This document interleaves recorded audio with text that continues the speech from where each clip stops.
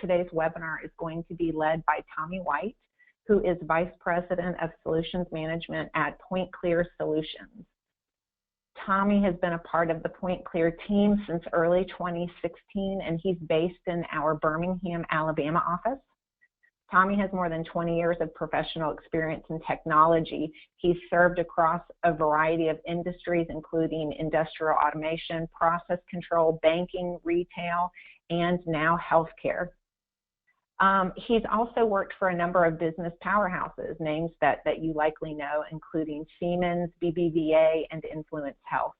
Tommy has degrees in both computer science and psychology. So without further ado, please join me in welcoming Tommy. All right, well, thank you, Laura. Thanks for the introduction. And really, thank you to everyone who's joining our ongoing conversation today. If you're new to the conversation or new to PointClear, then welcome. And we absolutely encourage you to reach out after the webinar. Reach out, let us know what you're working on, let us know some trends or specific. Let us know about specific or unique problems that you're seeing in the industry that you're addressing. So we're always opening the door for those conversations and always open to share what we're seeing in the industry too. So keep that in mind as you look to reach out to us after the fact. So for today's topic, as Laura said, as you see it on the screen there, we're talking about using technology to aid in patient financial decision making while supporting revenue cycle management objectives. Now this is a mouthful, so let me dissect that a bit and tell you specifically where we're going to hone in.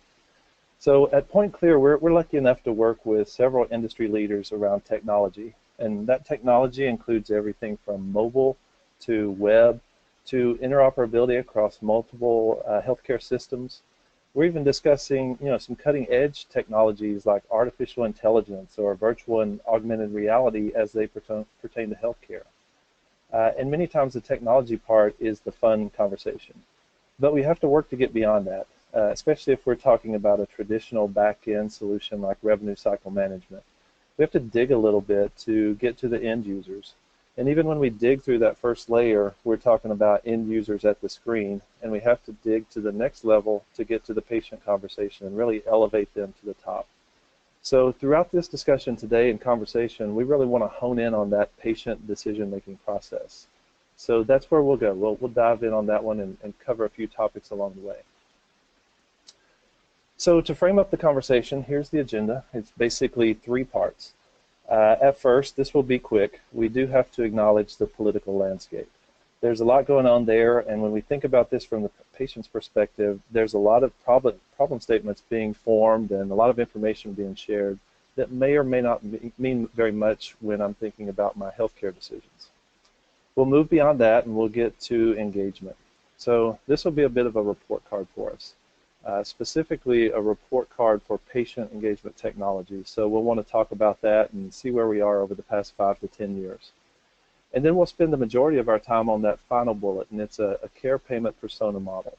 So this will use revenue cycle management as our example and talk about how we move beyond the status quo and how it's up to us as technology leaders to really move beyond that and advance the industry by leveraging best practices, some new, some old. So let's go into the market conversation. And as I said, we're thinking about this from the patient decision process. A lot going on. There's items in the news. There's a lot of conversations happening at that level. Even at the next level down, when we're talking about the hospital boardroom or the CIO level, multiple conversations where the patient is involved. And then there are also technology conversations that bubble up when we start talking about statistics and how the patient is influenced by technology. But let's start with the top level, and that's what's happening in the news. So I was interested a few months ago of what it would look like if I put my patient hat on and really do a search on healthcare. And I did that, and what you're seeing on the screen is the result of that.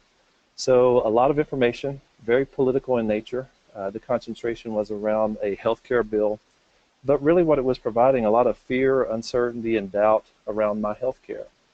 So as a patient, I may think about phoning a friend and reaching out to someone who's in the industry, like you or me, who's a healthcare technologist. So since we're in the industry, we should have a more in-depth knowledge. And the interesting thing on the right-hand side, I was taking part in a Health 2.0 conference at that same point in time, and some questions were being posed around the healthcare bill and what was happening. And if you'll take a look at those, at the bottom you can see one question in particular. If you're a technology company, how does the bill truly affect your financial projections? You can see the responses there, some up, some down, some no impact. So across the board, we're not quite sure what the bill is going to do to our strategic direction. We have our opinions. We're working hard to get in front of all of the conversations that are happening. But in regards to the patient reaching out to us to ask how it's going to affect them, a lot of questions are in the air. So let's move from that top-level news item down to a more specific level. And let's talk about the conversations around the patient that's happening at the hospital boardroom or the CIO level. Many of the topics you see there on the left-hand side, talking about quality scores and HCAHPS scores, could be patient engagement is the topic of conversation, or reimbursements in MACRA, care coordination. The problem here is that the patient is usually a third-party conversation in regards to this. Yes, it's measuring success, it's measuring touch points, but not specific enough to be very personal. But if you look on the right-hand side, you'll see a statistic that really stands out. 31% of individuals say they've put off medical treatment because of cost. So that's a real number. 1 in 3 individuals have decided not to walk in the door of a clinic or a health facility because they don't know how to pay for it, or they're unsure of the cost and how to work their way through an insurance system that's put in place for them. Now you couple that with additional statistics that really hit home. So increased out-of-pocket cost, higher deductibles. Even this year alone, an additional 6% increase in premiums. Now, $11,000, that's a lot of money for anyone, for insurance premiums or out-of-pocket cost. Now we're getting to the numbers that make sense and really influence those patient decisions. So the question comes back to us as technologists. Can technology really help, and are individuals wanting to use it? For the group on this call, obviously the answer is yes. So as we look at this, some of the old questions and old excuses are now removed. You can see, one listed at the top. Will individuals want to use a solution to help them manage their expenses?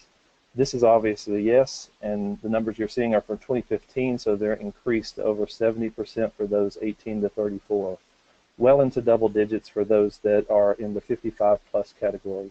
So the old excuses are removed, and yes, the technology is needed and desired. And then if you look at the bottom, this is the part that's interesting. So many technologies at play, many solutions that are traditionally back-end solutions. This is a challenge for us, is to really bring the patient front and center and talk about the patient just as much as we're talking about the individuals looking at the screen and thinking about cost effectiveness and operational efficiencies. So now that we've moved our way through the problem statement, it wouldn't be a presentation without the problem statement. Too many times we stop there. So let's move to a more specific report card for patient engagement. And let's start with a few questions. And these may be rhetorical in nature, but they're real questions. Over the past 10 years, a lot of technologies are out there, and these aren't new. So the question is, are we still struggling with patient engagement? Another question that we look into is a bridge being built between care and payment coordination? Or are these two separate, distinct things? And then finally, the question at the bottom is interesting. It's, can personalized technology and persuasive technology come together?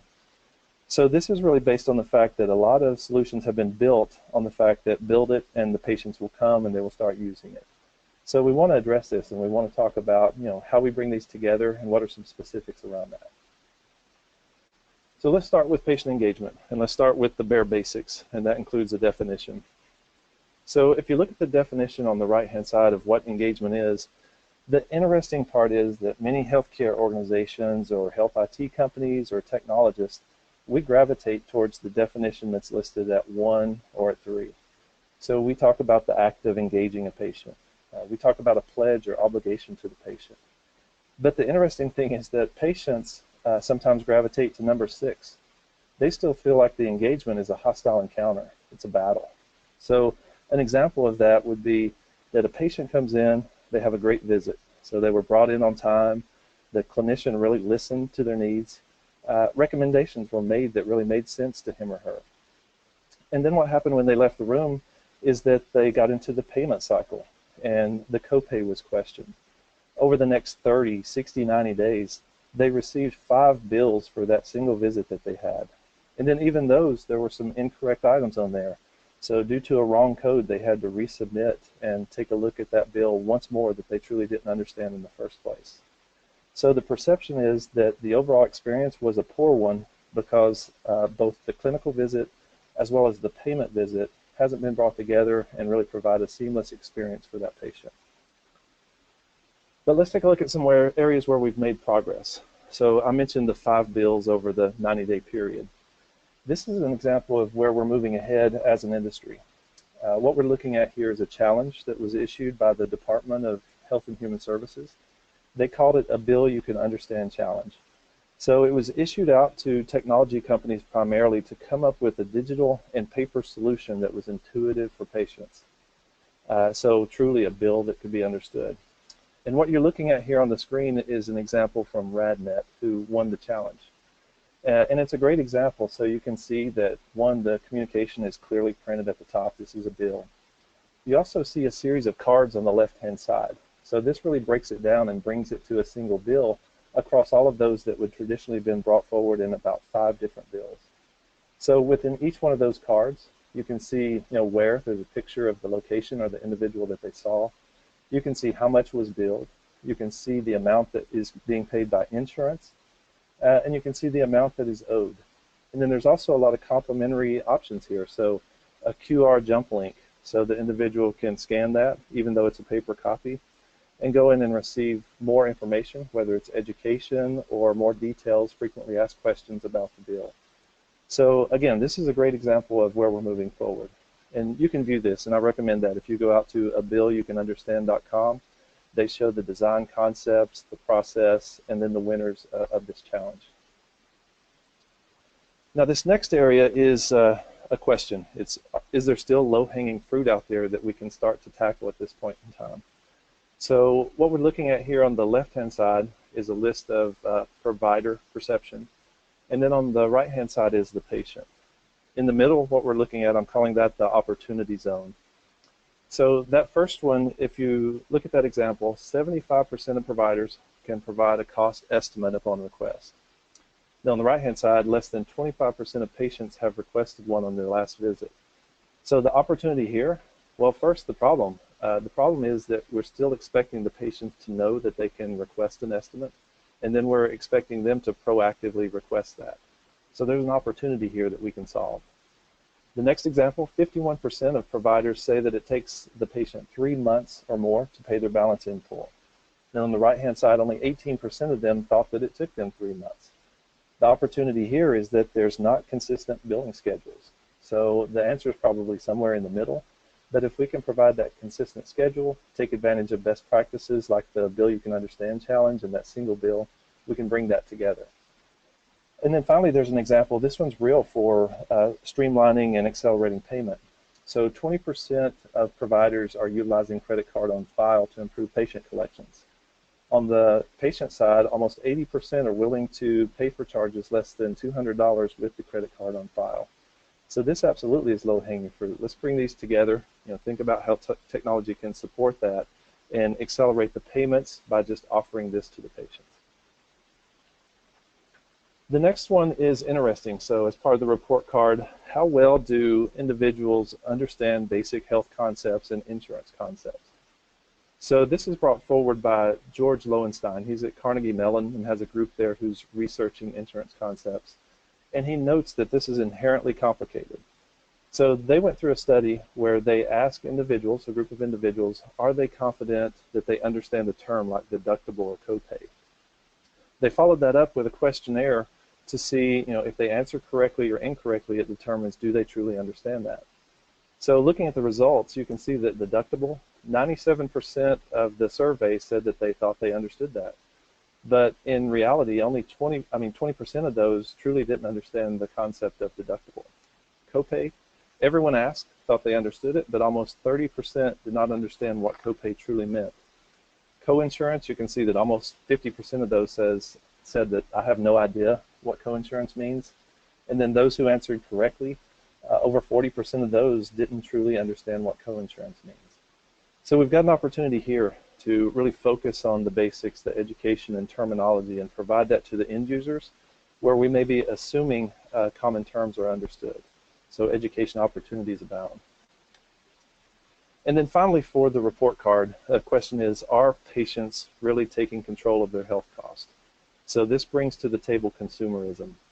And when we're talking about consumerism, this is proven. So transparency is not new. And you can see with the chart at the bottom that if an individual goes out and shops at location A versus location U for the same services, they could save up to $1,500 in savings over that service. So the problem is represented in the upper right-hand corner with the view of the United States.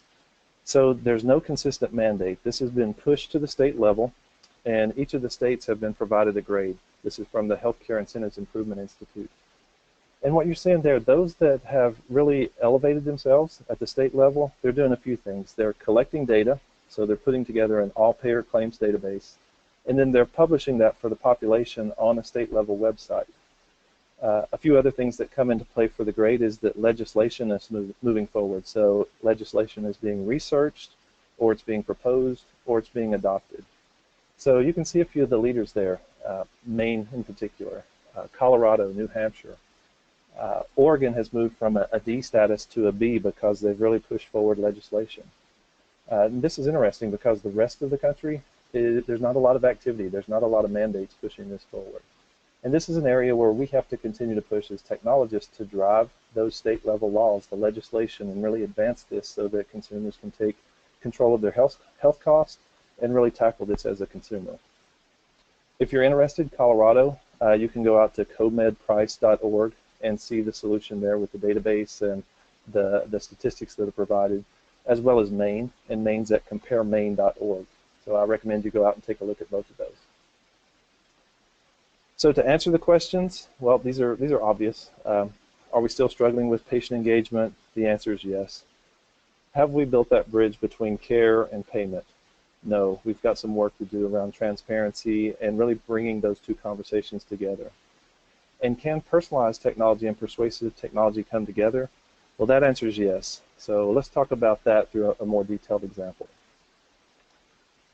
So within this example, what it is, it's just one of many. So there's a lot of things that can be done here.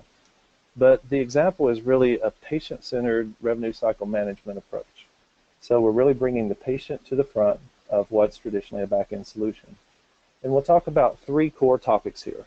So the first is fundamental, how software is built, how it's been built for the past 30 years, and how do we advance from the status quo.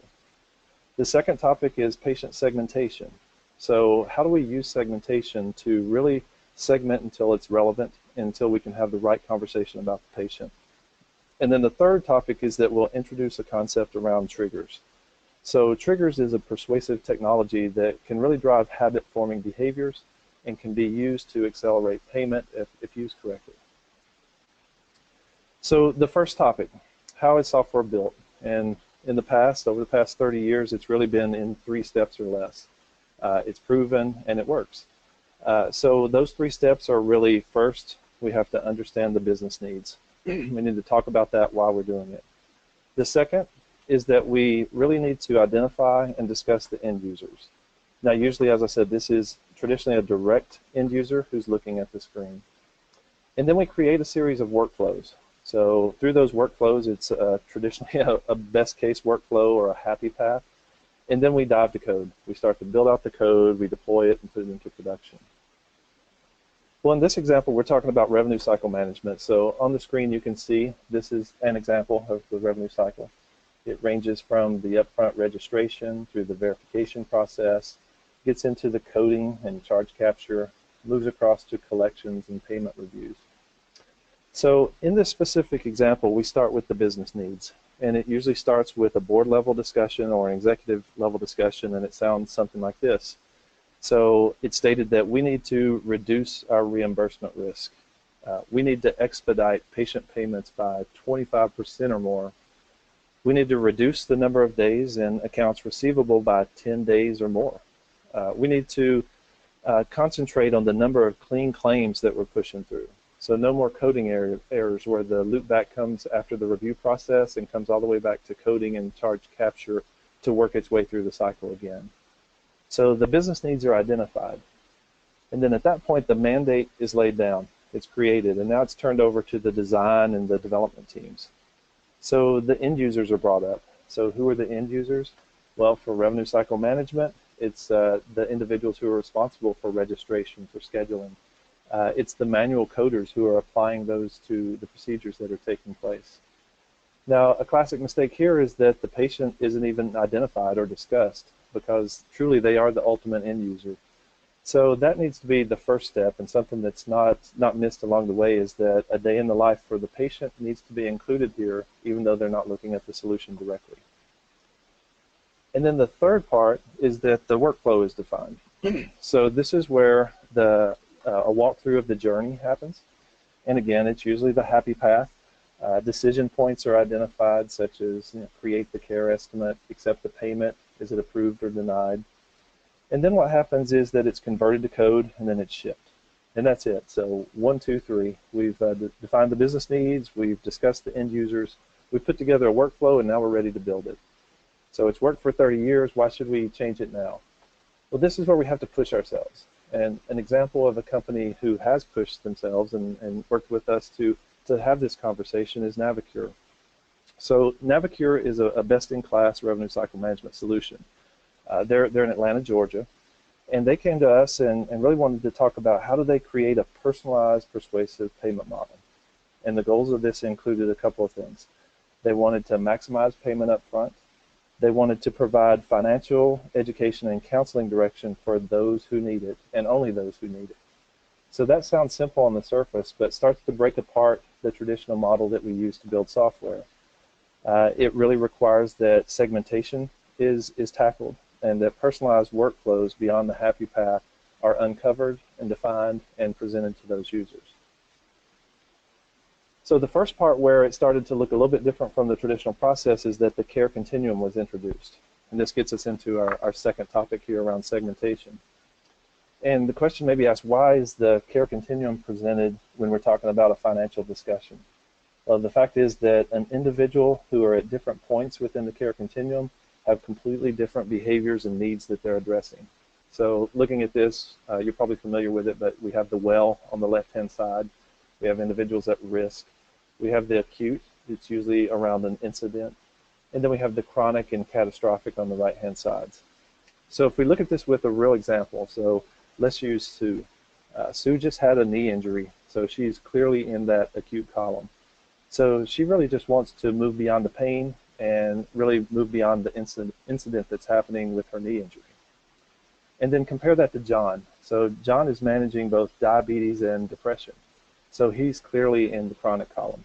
Now, he really wants to manage his health issues, and this is going to be an ongoing thing for John, so it's a slightly different conversation. The next segmentation approach is different. So now we're getting into the payment. So moving from care to payment, we're introducing a payment predictor for healthcare. This one in particular is from Equifax.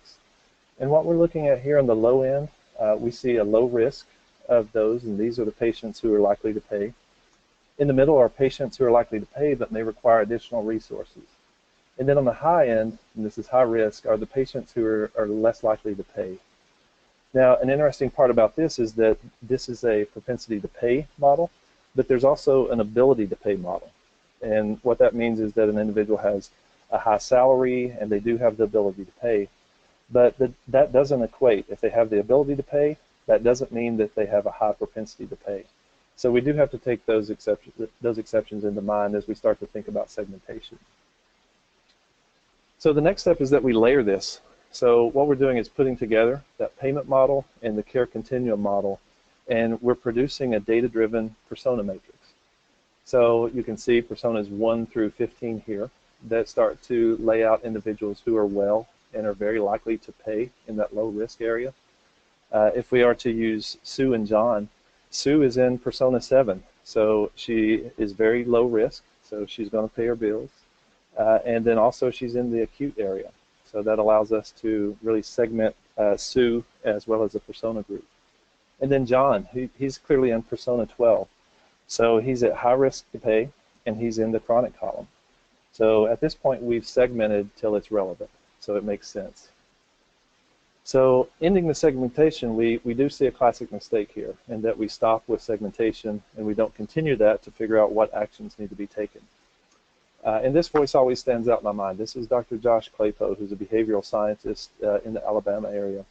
So he reminds us that segmentation is part of it, but the reinforcement contingencies are the core part of the discussion. So what are the carrots? What are the sticks? What are the nudges that we provide to the individual to really provide that reinforcement schedule? And there can be a fixed schedule that I think we've all been part of, where it's on an ongoing weekly notification. Those sometimes get ignored over time. And then it can be a variable schedule. So these have been proven more effective over a long term, so we need to take advantage of those as we start to lay out next steps. And then after segmentation, this gets us to the triggers. So we want to identify the triggers using the segments that we have. So once we have each persona that you see in the upper right-hand corner, we want to walk through each of those. We want to refine the workflow. We want to identify the triggers along the way. And triggers are really part of a concept that's being driven by B.J. Fogg. He's the director of persuasive technology at Stanford University. So he's created a simple model that can be used in technology that really states that the behavior is equal to the motivation, the abilities and limitations, and then the triggers that are used to drive that behavior. So in our example with Sue and John, so we have Sue, who's persona 7, and as we're walking through our user journey, we ask ourselves, what are her abilities? So we know that she can and will pay her bill quickly. And then her motivation is that she just wants treatment. She wants to take advantage of her insurance. She wants to maintain a high credit score. So she wants to pay her bill quickly and move forward. Now, John, on the other hand, he's suffering from diabetes and depression and at high risk to pay. So his ability and limitations are going to require some additional financial counseling or additional information. And his motivation is that he wants to get back to work and get back to his life. He doesn't want to be hit with a wave of late fees because he didn't understand the insurance concepts or the terms that were presented to him. So at this point, we're able to take those motivations, take those abilities, and then create a series of triggers. And the triggers, you can see some of those listed on the left-hand side, and they include email frequencies, portal reminders, secure text. So using the real example of Sue and John, Sue, who we know is going to pay her bill going through the knee incident that she has, this could be as simple as an immediate email verification that her payment has been received. So that feedback, that carrot that's provided and that nudge that she's doing the right thing. And it can also be a reminder for an upcoming preventive visit. So her yearly physical is about to come around the corner, so reminding her of that, and then providing ongoing nudges and notifications to get in there and to really enhance the scheduling process. John, on the other hand, his nudges and triggers may be more around a variable text reminder that his payment plan has a specific item that he needs to address. It could also be ongoing education around any complex insurance term or common billing questions that individuals like him is seeing and asking. So completely different for John and Sue. So at this point, what we've seen is that through this example is that we do need to move beyond the status quo. We need to think about how we're developing software. We need to talk about moving beyond just the workflows that are coded. We need to talk about segmentation until it's relevant and get down to a series of personas that make sense. And then we want to drive persuasive triggers to drive the behavior. And triggers can be across the board with technology, including web, mobile, others. We want to take advantage of those and then put the notifications out there so that the individual doesn't even have to think about it. So bringing this all together, what this means is that at the highest level, the news level, the political level, it's too confusing. There's fear, uncertainty, doubt. It's too high level, and the patient truly doesn't understand what that means to him or her. At the healthcare organization level, it's still a third-party conversation. The patients are still being talked about, but not talked to and not personalized in terms of their health care. So it's really up to us. It's up to us as keepers of healthcare technology to advance ourselves, to advance the technology, and really build those habit-forming solutions for the patient. So a couple of things I'll also note is that this doesn't require additional funding. A lot of these technologies are in place, population health, big data, cognitive computing. The concentration has been on care, but they can easily be extended to cover the financial side. So we need to have that conversation too. Our existing investments, technology, how do we expand those to increase the scope and really build that bridge between cost and care? So at this point, let me stop. I really do appreciate everyone joining. We covered a lot of topics today, starting with the market. We talked about some specific items, the good, the bad, and the ugly through our report card. And then we gave a specific example of revenue cycle management and a tool that can be used through segmentation as well as triggers.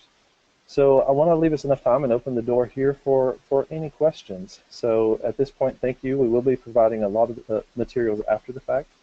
But let me turn it over to you, Laura, so that we can take any questions in and have an open conversation. Wonderful. Thank you, Tommy, so very much. And we have a few questions from the audience, if you will. The first one, where can I get more details on propensity to pay data? So the propensity to pay, that's interesting. There's a lot of data that's free and available to us. That includes information from the healthcare organization billing system or from the payers. I showed an example using Equifax. So that includes some paid information or data that we can use. There are many companies out there who are providing that, including Equifax, TransUnion, LexisNexis, others. So multiple areas there, and we can certainly help you through that selection process. So great question. Thanks, Laura. Okay, another one. When you talk about creating personas and journey maps and such, how long does this process typically take, and who's involved? Mm-hmm. Yeah, so I'll start with who's involved. When we work with most of our partners and clients, we try to include the key stakeholders. That's throughout the process. So a primary point of contact. We also want to identify a product owner on behalf of our partner. And then we'll work through those conversations together. There are others. There may be technical stakeholders that are involved, executive stakeholders.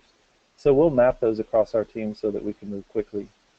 Now, how long it takes, there are several variables in there. If it's a simple solution, we can move as quickly as a few weeks.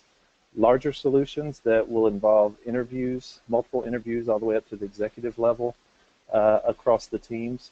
It could include focus groups or deep data analysis. This could push it upward to a few months. But traditionally, between a few weeks and a few months, we've uncovered a lot of the unknowns working together, and we can put together a strategy and design to support that. Great question, Laura. Well, I wish I could take credit for these, but it's good to know that people are listening and trying to figure out how we can use technology, how they can use technology to improve their own business operations. The last question I have is from the group is, are there any patient triggers that are more effective on smartphones? I think a really good question given how mobile-centric our society is. Yeah, absolutely. And the platform definitely is. You have to understand, where the user's coming from. What are they looking at? Is it a phone? Is it a web-based solution? So really providing those native notifications are going to work better for certain platforms than others. So the answer is yes. So it could be for smartphones that notifications work well. So those are native notifications on the application itself. That could be followed by secure text as well as email links that can drive them to a secure location where they can log into a portal. So absolutely, there are those that work well, and we'd love to work with you to identify those through the best practices that we know. All right, thank you, Laura. Wonderful. Those are all the questions we have. And again, thank you to Tommy, and thank you to everybody who made time during what I'm sure are busy days to join us today. As we mentioned at the beginning of the presentation, we will be reaching out tomorrow to share this slide deck and hopefully continue the conversation. So again, thank you for your time. Our next webinar is going to be toward the end of July. There will be a little bit of information on it in tomorrow's email. So look for it. And again, we appreciate you. Everybody have a great day.